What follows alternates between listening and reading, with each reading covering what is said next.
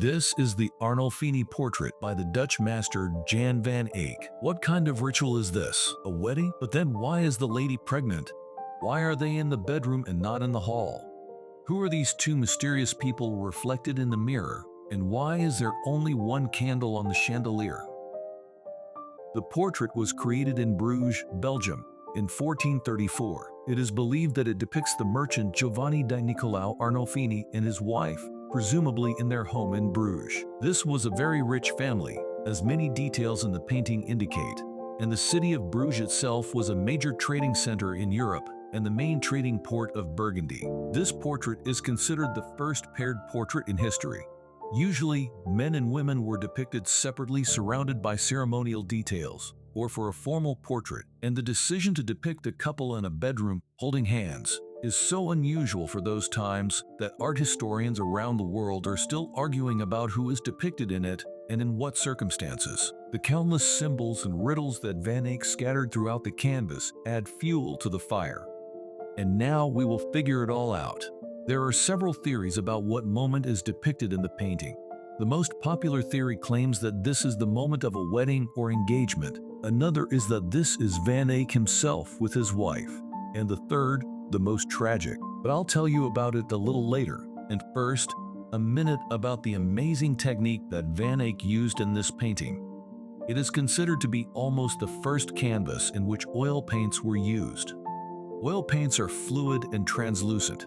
They dry longer than tempera, which allows you to apply one layer on top of another. The lower layers shine through the upper ones, deepening the color and creating a kind of 3D effect, which allows you to make very smooth transitions. That is why all the objects in the room look so realistic, and the colors are so saturated. Even if the top layer fades, the lower one remains preserved and shines through it, maintaining the depth of color. And now let's look at the man and woman themselves in their clothes. We see a man dressed in an ultra-fashionable and extremely expensive dark blue suit lined with fur at that time. Blue was the most expensive color of fabric at that time. The blue fabric was dyed with a precious stone, lapis lazuli, ground into powder. A meter of such fabric cost a fortune, and only the wealthiest citizens could afford it. That is why, despite the face turned to the viewer and the solemn gesture, the dominant feature emphasizing the man's position is the color of his dress. We also see wooden shoes laid out nearby. They hint at the lowly origin of their owner. The cities of those times were terribly dirty, and the Dutch nobility wore such wooden shoes to protect themselves from slush and waste. In fact, these are Gothic galoshes. The high-born nobility moved around the city on stretchers, to which a special ladder was brought. Let's look at the woman. She is dressed in a luxurious dress with endless folds and a train. Blue parts of the clothes can be seen from the bottom and from the sleeves. Green was also an expensive color, especially such a deep color. It was made from malachite, a semi-precious stone, or from a mixture of blue and yellow, which in our case may well symbolize that a woman is a part of a man, which for the sexist society of that time was even considered a romantic gesture. Excessive fabric is also a signal. It was recently calculated that such a dress should have taken at least 35 linear meters of fabric. In those days, there were no brands yet. Women were deprived of the convenient option to show off their wealth through giant Dolce & Gabbana or Balenciaga inscriptions.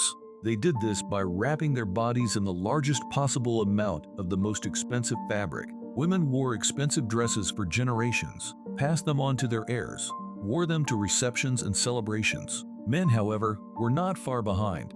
Not having skirts, they came up with huge sleeves, raincoats, and lantern pants. Everything we see in the painting screams about the wealth of the couple depicted in it. They stand holding hands. The man has raised his hand in a solemn gesture and is looking at us. But at us. And here we will reveal the first secret of the painting. Look at the mirror hanging in the center. In the reflection, we see our couple from behind and two more mysterious figures in blue and red entering the room. And above the mirror is the inscription, Jan van Eyck was here. These details gave birth to the first and most popular theory. The painting depicts a wedding or engagement for which two witnesses were required. The inscription above the painting is unusual for Van Eyck. He usually signed Jan van Eyck did this. Therefore, it is assumed that it indicates the special nature of the event that required a witness.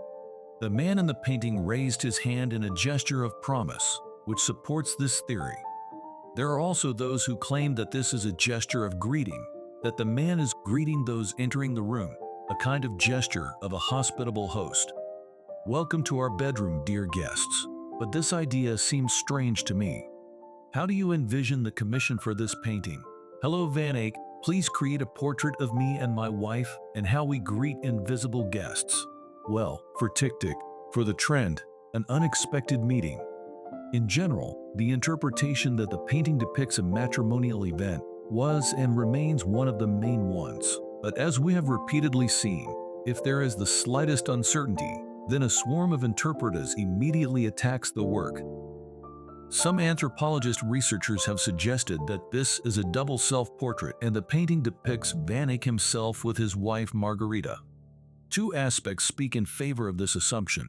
Researchers compared the portrait of Margarita and the woman in Van Eyck's painting and came to the conclusion that this is the same person. Both have individual asymmetry, a similar ratio of the size of the forehead to the rest of the face. The forehead itself is high and wide in both. The eyebrows are thin, similar in shape, a large nose with a peculiar cutout of the nostrils. The color of the eyes matches. In addition, in the back of the room at the head of the bed, we see a figurine of Saint Margaret killing a dragon, which, according to theorists, is a hint at the name of the heroine of the painting. And this assumption seems quite plausible, but it is unclear why such a secrecy in the name of a real family existed. Could it be a witness protection program? And we also have a separate portrait of Arnolfini himself, painted by Van Eyck just a year after the portrait of the couple. And here we definitely see an undeniable resemblance. There is no doubt that this is the same person. And then it turns out that Van Eyck depicted some guy arm in arm with his wife, and in the bedroom, and in the presence of two other people. Was Van Eyck really a medieval swinger? But of course, this is not the point at all. Then why does the woman in the painting look like the artist's wife? Let's look at other paintings by Van Eyck, and we will see that he almost always uses this type of face. It seems more likely to me that the artist, voluntarily or involuntarily, adjusted any face to the standard of beauty that existed at that time. In addition, we must not forget that artists could only paint from life at that time. And here, the simplest explanation is possible. Most likely, his wife often served as his model, and her familiar features and proportions, which he had painted many times and could reproduce simply from memory, were automatically reflected in all his paintings. Therefore, I will undertake to assert that the painting is indeed of the Arnolfini couple. But if the couple in the painting is getting married, then several questions arise. First, why is there no ring on the woman? It should be on her right hand. And although wedding rings were then worn on both hands, during the ceremony it had to be worn on the right hand. The man has a ring, but the woman does not. Secondly, her hair is tucked under a headdress, like that of an already married woman. Brides at that time wore their hair loose as a sign of innocence, and only married women wore it under their headdresses. Many art historians and researchers also wonder why the woman in the painting is pregnant. A pregnant woman at a wedding is a terrible disgrace for the Middle Ages. But in fact, most likely, this is not a pregnancy, but simply an unusual visual effect for us. Let me explain. Firstly, for medieval society, the ideal of female beauty was completely different. Women with six-pack abs simply did not exist, as incidentally, the very concept of crazy adjustment of one's own body to beauty standards. Vogue was not published then. Women did not pump their butts and did not exhaust themselves with yoga and Pilates. This is what nature gave them. That is what was presented to the consumer.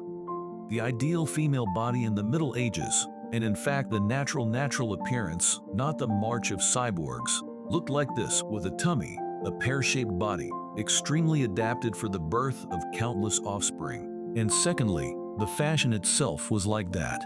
Look, the image of St. Catherine by the same Van Eyck, who, according to rumors, died a virgin, a poor woman. and she is dressed in the same dress of a young mother, and I myself would not doubt that the lady is deeply pregnant. However, this is nothing more than the same projection of wealth.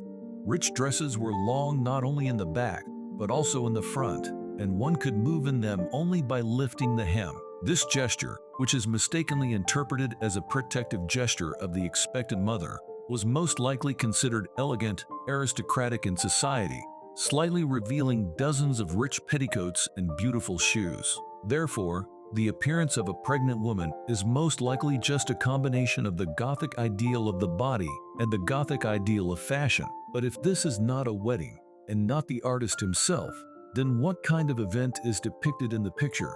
And we will get a hint from several disturbing symbols scattered throughout the image. Let's go back to the mirror. We see that there are 10 round images around it. These are the Passions of Christ. Recent infrared studies of the painting have shown that Van Eyck originally depicted 8. The 2 more, on the far right, on the woman's side, were added at the last moment. And they are the only ones here that depict Christ after death. Now let's look at the chandelier. It is perfectly painted, but look closely. There is only one candle burning in it, and this would sound too far-fetched. But look more closely. Here we see streaks of wax from another candle, but this candle has already burned out. There are only 2 candles in the chandelier for 8, as if they were raised forward by their hands, above the heads of the couple. The candle above the man's head is burning, and the candle above the woman's head has burned out. The figurine of Saint Margaret, which we have already mentioned, is in fact the patroness of women in childbirth. The cherry blossom outside the window is a symbol of fertility, as studies have shown, and was also added later. And at the feet of the couple is an extremely strange little dog. To be honest, it seems to me that the artist had some difficulties with women's faces and animals. It is possible, of course, that this unsightly square flat dog was just like that. Some believe that the dog is a symbol of fidelity, of course, from the wife to her husband, since reciprocal fidelity was not expected at that time. Others say that in those days, dogs were often depicted on women's tombstones. But personally, it seems to me that this is just an unsightly little dog, a member of the family. Otherwise, it would have been depicted closer to the woman, and not right, in the center. However, the scattering of references to childbirth and death leads us to the third, in my opinion, the most plausible interpretation, which I will try to develop a little. This is a posthumous portrait that Arnolfini commissioned after the death of his wife, who died in childbirth. It is quite possible that a grief-stricken man commissioned this portrait from Van Eyck to immortalize the memory of his beloved. That is why, for the first time in history, there are 2 of them in it, so as not to be separated ever. That is why this is not a formal portrait, but rather a peaceful one. That is why they are in the bedroom. The man swears eternal memory to the witness, the artist himself, and at the same time, the whole world. And the artist testifies to his oath with an inscription on the wall. This theory also explains the resemblance of the woman to the artist's wife. The model died, and the husband may have brought the artist some object with her image, like a pendant, or even simply described the features of the deceased lover from memory. But for each of us, the beautiful features of a loved one are our own, and Van Eyck unconsciously reproduced in them the one he loved himself and painted more than once.